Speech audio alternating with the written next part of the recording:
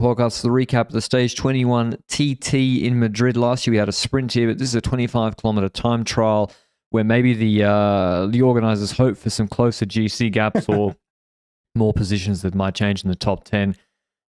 We had 2 intermediate time checks. Quite a hilly TT. It starts in the outskirts of the city and then comes in from the north. Does use the main road north of the main train station where they did do the hot dog circuit, and then turns left for the big finish around the big roundabout. Pardon? The hot dog circuit. Tell me more. Last year, they go down. It's like a hot dog, like Musa Crit. That's what they had in Madrid. Cool. Roglic, McNulty, and Kung were the 3 contenders for the overall stage win. In terms of GC, we were really looking at Schelmoser being able to leapfrog David Gaudu, who was in 5th, but with not too much of a gap over Schelmoser, who's the better time trial rider. And in terms of weather conditions, I think there was, in theory, supposed to be a tailwind that picked up during the end of the TT, which was supposed to help the GC contenders. Is there any news before the stage, Benji? I was Nico Den's OTL yesterday. Yeah, just Nico Den's OTL. Basically, he came in, I think, 56 roughly seconds after the time limit, after being alone on the road for about 160 kilometers. Posted that on Twitter, maybe hoping that the organization would see it and would be like, okay, stay in the race. But I don't see that happening. And I'm in 2 minds over it. On one end, from a human perspective, it would be nice to be able to see Nico Denz finish this Grand Tour when he gets to stage 20, but just finishes outside of the time limit by those 50 seconds on the last day. But then again, that time limit is there for a reason, and he was sick, and that's why that result was that. So it's good to protect the riders by having that time limit when they're sick to get them out of the race, because you shouldn't be riding if you're sick. So I'm caught in 2 minds there, you know? That's what Cavendish always said. Cavendish always said the time cuts are there to stop sick people. Yeah, just battling through day in, day out. Indeed, Denz was sick, although it was the last road stage. So, yeah, like he just had to roll around a TT to finish on the stage today. So, anyway, in the TT, Stefan Kung takes out the victory. No Van Aert here and no maybe top Roglic. Kung wins comprehensively, actually, by 30 seconds. It's quite a big gap in a sub 30-minute TT to second, which was Roglic. Catania third, showing how good his shape was this Vuelta. Baroncini, a big result, 4th. Schmidt, 5th for Jaco. Vasek, 6th on 52 seconds. Kamena, 7th, 54 seconds. Schelmoser, the second best GC rider on 101. Sweeney, 102. Armirel, 103. O'Connor, 105 in 11th. So he beats Lipovic by 5 seconds, who was on 110. Then Carlos Rodriguez did a good TT on 118. And then Carapaz and Mas were on about 132, 133. David Gaudu had a shocker. Like, he finished in 44th on 214, which, yeah, it's just like he's being beaten by Torsten Train, who's just rolling around, and he's trying to defend 5th. So I'm not saying he didn't try. I'm just saying it. Yeah, he's got to improve at that if he wants better GC results. But Kung wins, Benji. A shout out to Kung. He doesn't win often. He won the Tour de Suisse ITT last year, but this is his first ever Grand Tour stage? Yes, it is. I vividly remember, was it the Düsseldorf time trial in 2017 maybe? Got second there. I think last year in a Grand Tour, I'm trying to check it out as we speak, 2023.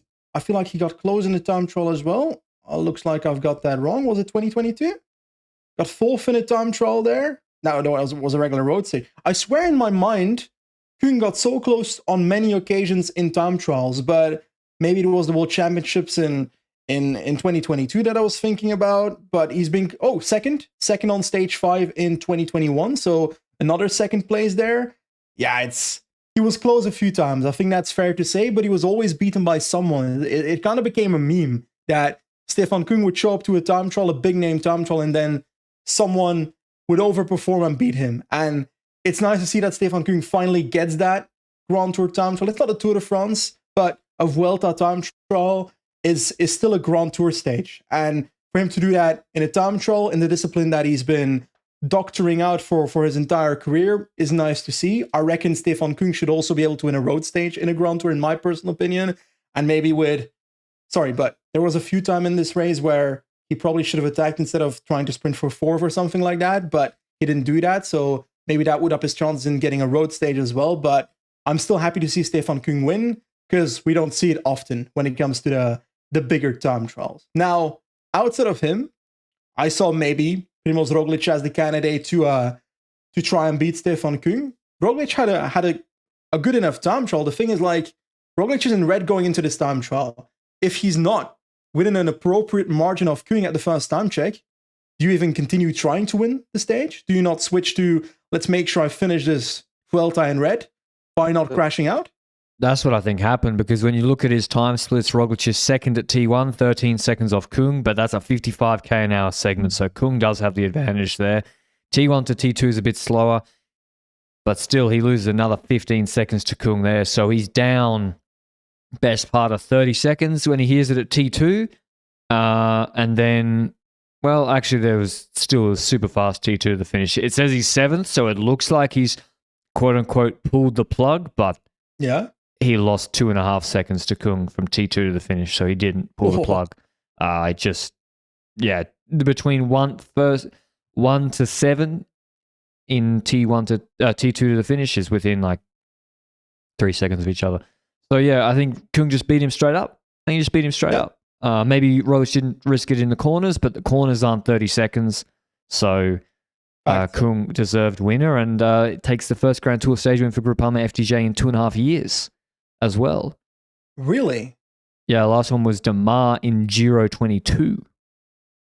Has it been that long since Gaudu did those Vuelta stage win attempts thingies? Was that 2020 or 2021 then?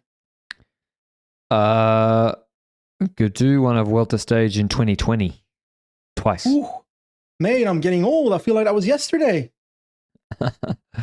Well, David Gaudu, he was in probably the same, even better shape in this Vuelta. Incredible shape. He must be very happy with that. So, really good. This is by far Groupama FDJ's best Grand Tour with their best two riders, and they both performed really, really well. Who knows if Martinez had come as well? According to plan, might have been a better idea, but Kung and the whole, and Pacher and Gaudu were excellent. Baroncini is an interesting TT. It just goes to show that UAE just consistently performing the TTs.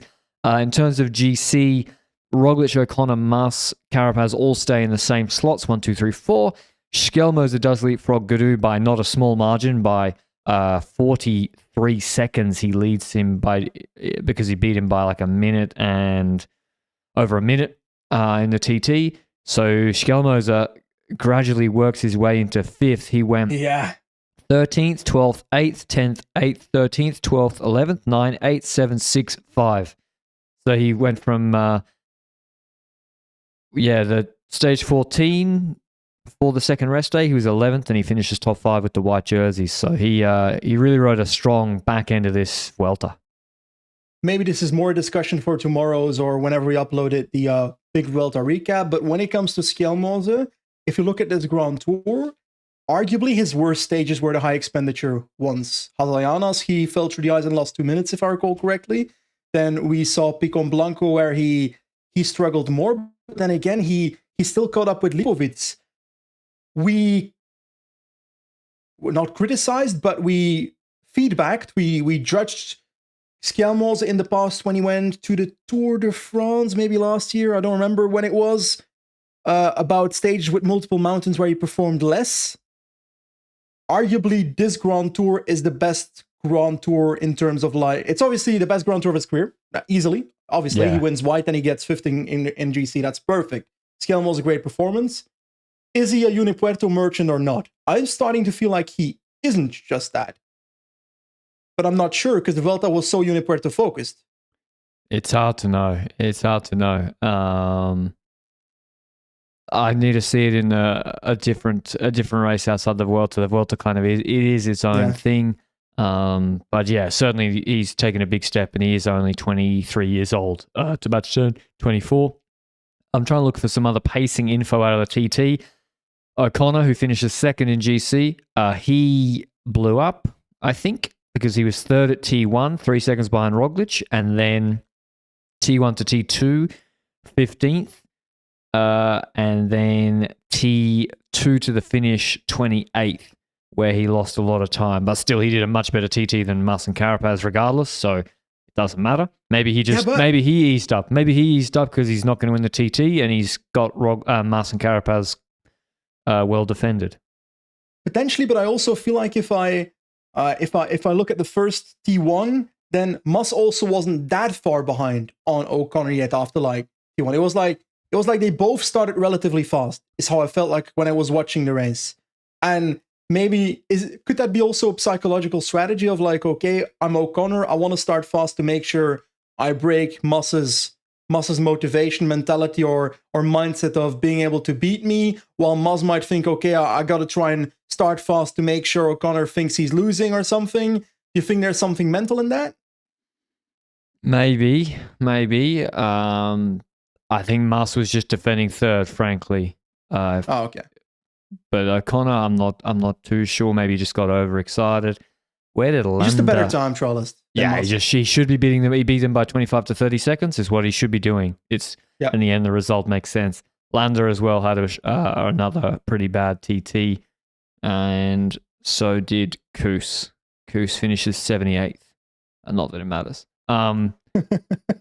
So yeah, actually pretty uneventful TT, gotta say, with everything expected to happen pretty much happening, except for first time I pick a UAE rider to do anything, Benji. McNulty, I don't know if he crashed in a TT or what, he finished 352 down, so he's either still banged up from his previous crash or had a mech or hurt his T1 and just pulled the pin, but McNulty didn't go for it for whatever reason. Yeah, some people are suggesting he bailed out and finished 3 minutes down because he was like, I'm not going to win, but it's weird. I would still expect him to go all out until the end to at least try to get as close as possible. I don't know. Hopefully he didn't crash. Hopefully he bailed out or had a mechanical so that it has no lasting impact, but I wouldn't blame him to bail out either if it's due to the crash he had, because if I recall correctly, I read that he had a Achilles heel issue before the stage started. So I was hoping for a good result towards the World Championships, despite that Achilles heel injury. So if that's the reason, the injury that came before today, then that's fair. Yeah, that's fair enough. And he did crash very hard in the last week or so.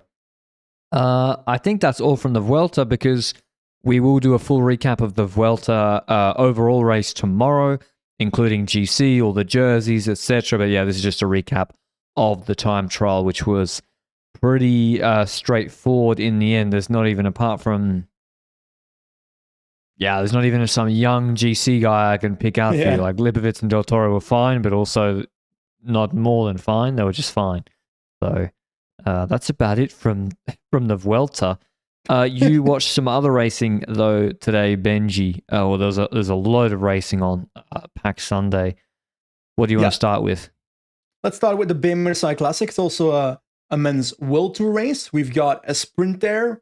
Honestly, I always mix up Edgewood and Frankfurt for them BMSI Classic when it comes to the parkour, but I shouldn't, because the parkour is actually quite different. This is a sprint classic with the Wazenberg, which is a 700 meter, 8.1% climb that happens multiple times in the last 80-ish kilometers, 3 times if I recall correctly, but in the end it's usually a sprint.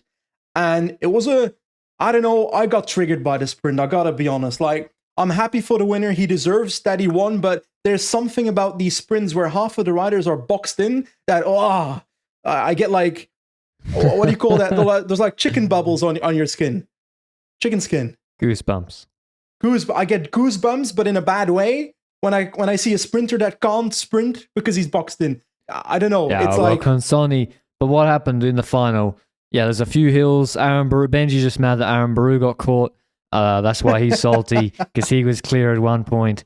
And then there was, it was a sprint. Albertson, Trek, Visma all wanted a sprint. Coy, Philipsen, Milan.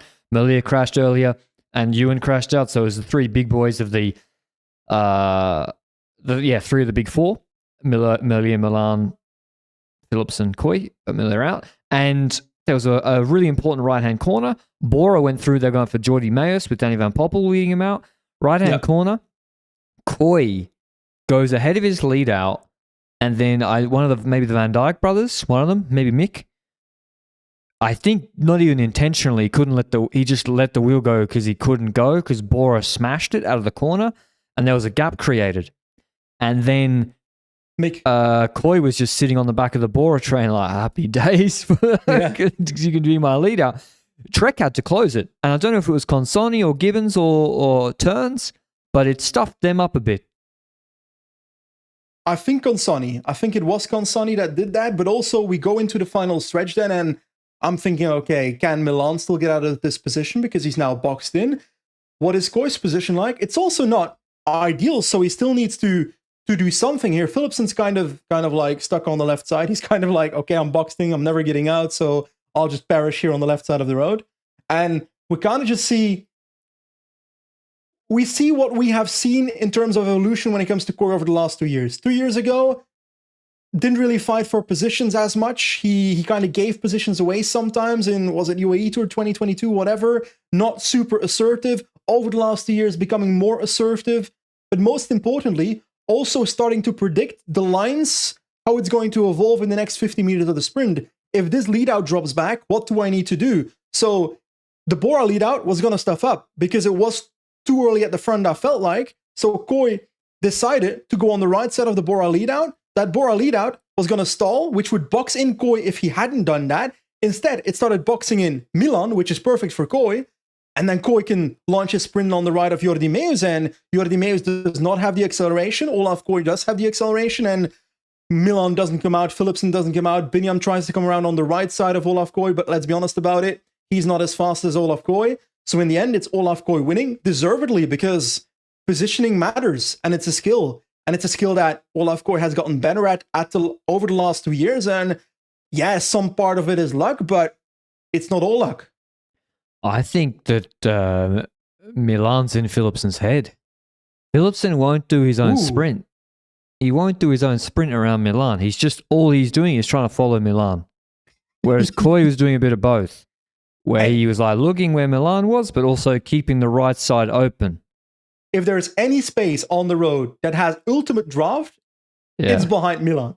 Exactly. But the problem here, Consoni stuffed it. Consoni stuffed it because he let out Milan to a closing side and then it basically boxed in that side. So, yep. The result of that was Coy winning his first World Tour one-day race ahead of Milan, then Biniam third. Loads of Eritrean fans there in Hamburg. Meus fourth, Christoph fifth, Zangler sixth, Philipsen seventh, Turnison eighth, Trentin ninth, Oldani 10th. Elsewhere, we had Tour de Romandie final stage, which was one from a breakaway. Rihanna Marcus kind of was in a 2-up breakaway with Neve Fisher-Black, and Fisher-Black pulled a little bit more for her GC position, and then Marcus won the sprint predictably. Kopecky third. There was also a crash in the final, but everyone got the same time. Kopecky wins GC 6 seconds ahead of Vollering. Riolini third and wins the youth jersey. So, an interesting race, and Fisher-Black and Marcus will be teammates at Little Trek next year. Hirschi wins in GP Industria Artigianato, a 1.pro in Italy. Him and Ulysses combo look like they 1-2'd everybody else. And no broadcast, I think. It wasn't broadcast? I think the broadcast got pulled a few days before for some reason. Fair enough. Mark Hirschi winning left and right, ahead of a Caja rider Silva that's Uruguay, right? Yeah. Am I getting my flags right? Yeah, it's Uruguay, yeah. I swear I've seen that name before, and that's true because he got forfeit Circuito de Getxo and Prueba, Villafranca Ordiziaco Classica, so basically the Basque races, so he's actually not a worthless cyclist. And that shows because he's second at Industria and Artigianato. You don't do that if you're shit. Mark Hirschi keeps on winning. And like we can say this entire year, okay? He's at 90% the entire year. Was he at 95% at San Sebastian, or was he still at 90% at San Sebastian? Yeah, exactly. Like he won 2 World Tour Classics, so exactly. He's killing it. He's just good this year. Yeah, he's just good. It's not just UCI points. He's won this season. Can he win 6 races? 30 Worlds? Depends how hard they make the climbs, but certainly he's a contender for it. I think he'll be in the top 5, I would say. Would be nice to see him get a medal in home country. Do medals matter? Whoa. The medals matter? Yeah, I think Yeah. so. World champs, yeah. You do go on the podium for a one-day race. Okay. Because it's not the Olympics, so I don't care too much about world's medal. Yeah, I don't either, but certainly Tudor are looking at their signing thinking, damn, he's in good shape. Yeah. Give me some of those UCI points. In Tour of Britain, we had another sprint, and Govakar won, beating Rasmus Pedersen and Ben Swift and Ethan Vernon. Vernon has a curious style. It's like he does the track sprint in the saddle. I don't know what happened with Manier. Maybe he was caught up in a crash or something, but in the end, Williams wins GC anyway, so I think we had like 5 sprints there. It was some good racing earlier on, but then became a bit too sprint heavy. But it's good the race was on. GP for me. We got to talk about the French race. GP for me won the pro race. I got to talk about the sprint because we basically have Tudor leading out of it decline, doing a perfect lead out. The last bend is slightly rightwards, and then it goes to the line. And the bend just comes at the moment where you would switch from lead out to sprinter. So Tudor does that perfectly. They go into that bend. We see Michael Zeilard going to the left, and out of it decline coming out of the wheel in the gap that Zeilard creates on the right side next to the barrier next to him. And out of it decline goes off to victory. Deserved victory. But I gotta point out what Zeilard did afterwards. And I'm sorry, Luke, but I have to stay objective here. I know you love this man. I also love out of it decline, the Tiger of Vorstenbos. But we see Zeilard, after his lead out is done, goes to the left side in that last corner to make the space for out of it decline to come through. But after that, he looks right. He sees Gianluca Polleflit from Age de Zer, Belgian young guy, coming behind decline. He wouldn't have called decline, so it wouldn't have changed the end result, but still, that's irrelevant. What Zeilard decides to do is move right to hinder the sprint line of Polleflit, and I find that disgusting behavior of a lead out. I'm sorry. Yeah, we see it's a bit too common, and it should be a yellow card at a minimum. It's a Morkov move from back in the day. Yeah, Morkov used to do it a fair bit. So, yeah, not good. Thankfully, there was no incident, but yeah, decline wins again. So he's back in winning ways for Tudor. In Ardèche, Toledo de Jong won GC, Elin Janssen won the stage, but I want to talk about a different women's race. It was a 1-1, not a big race. I think it was the women's version of GP Formi, called La Chorus Formi Femina. And the notable Sylvia Zanardi won, who's a 24-year-old sprinter on Human Powered Health. But the notable thing about it is Kat Ferguson was second and close in the sprint. And she's a trainee at Movistar. She's 18. She was riding in July. She was doing a Basque junior race, which she won and won both stages. So she's literally in her second junior year. And now she's riding pro 1-1s for Movistar and already coming second. Pardon? And nearly winning. Yeah, nearly winning. Yeah. And she's 18. Also was the first start for Imogen Wolf, who was signed by Visma as a trainee. So the two Brits who've both had success and been like in Tour of Flanders and the National Cup events, both looking pretty good in their start to proceedings. Yeah, I'm getting really hyped about these young signings on the women's side of cycling, and I'm also starting to wonder then, okay, the limited signings that I've heard about SD Works themselves, a lot of riders are leaving there. Yeah. Even heard that Reusser was supposed to leave, that Vollering is leaving. She confirmed that herself, and there's multiple riders that are departing. Nee Fisher-Black is leaving to Little Trek, and then I'm starting to think, okay, what are they doing there? Because to me, it looks like SD Works is not really doing those junior signings, those young signings.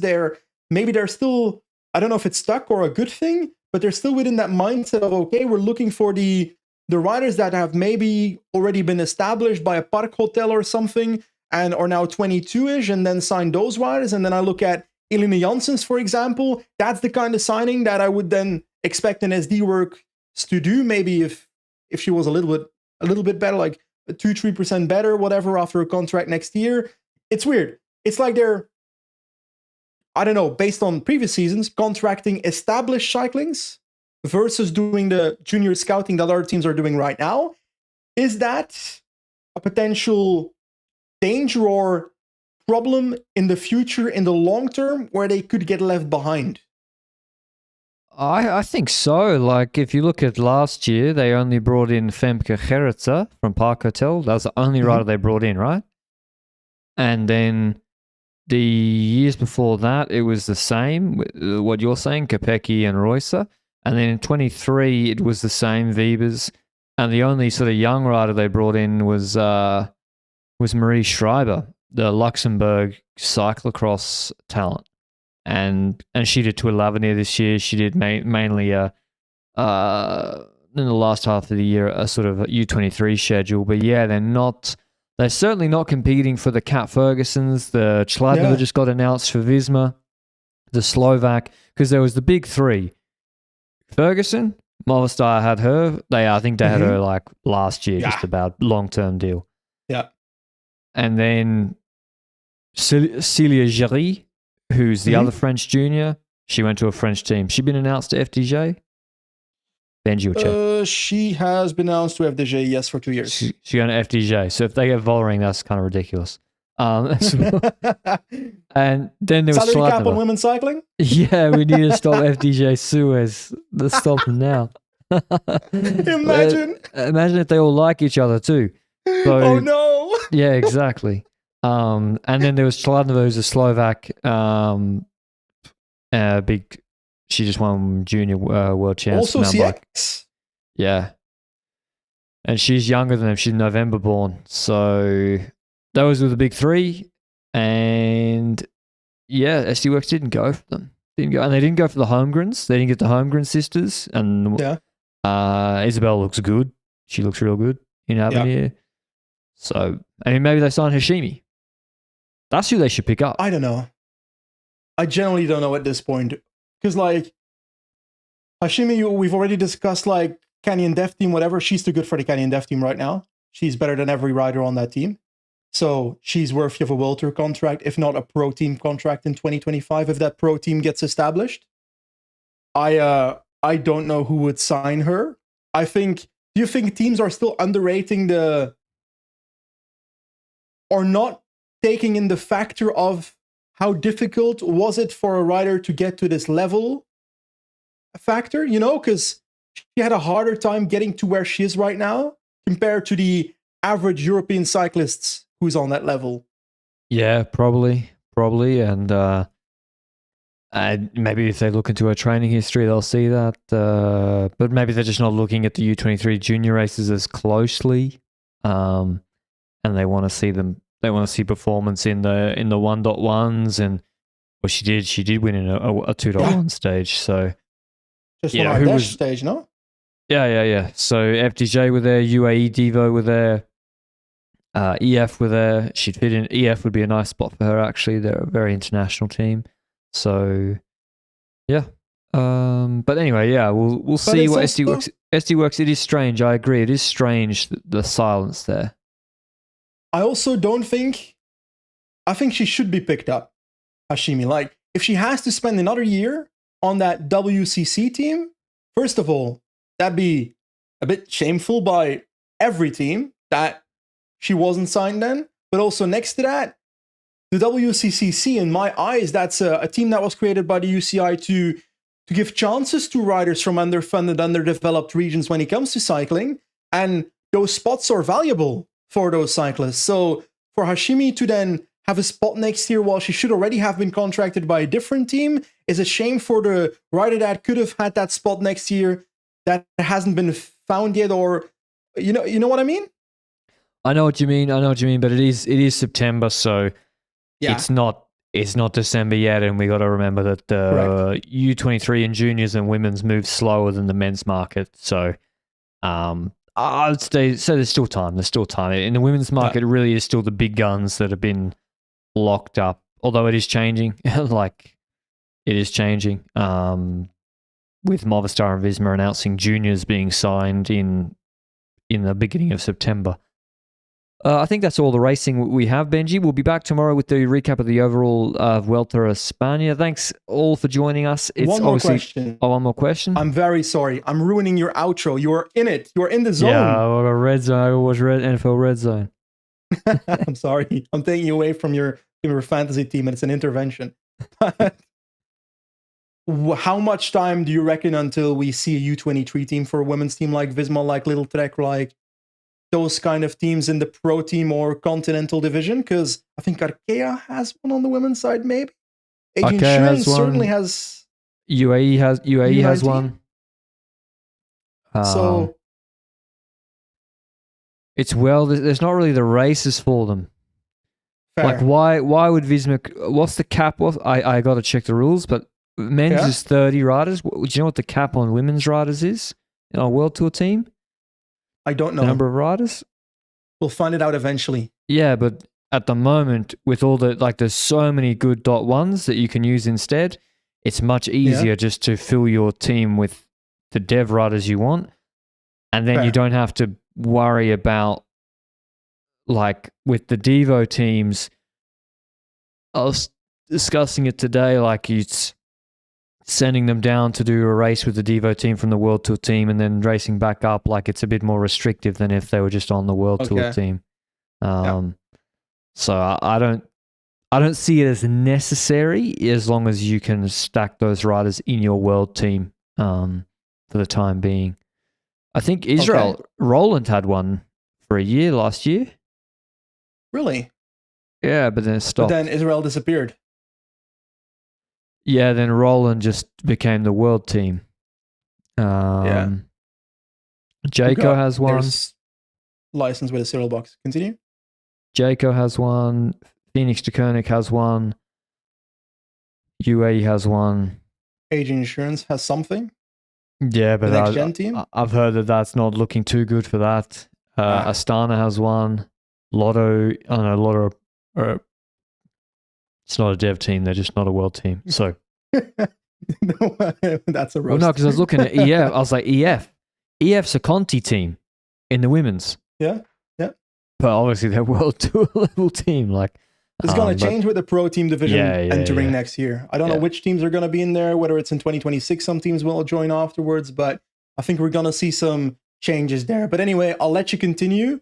I challenge you to start halfway your outro. Oh, thanks for listening as always, and we'll see you with the recap tomorrow. Ciao.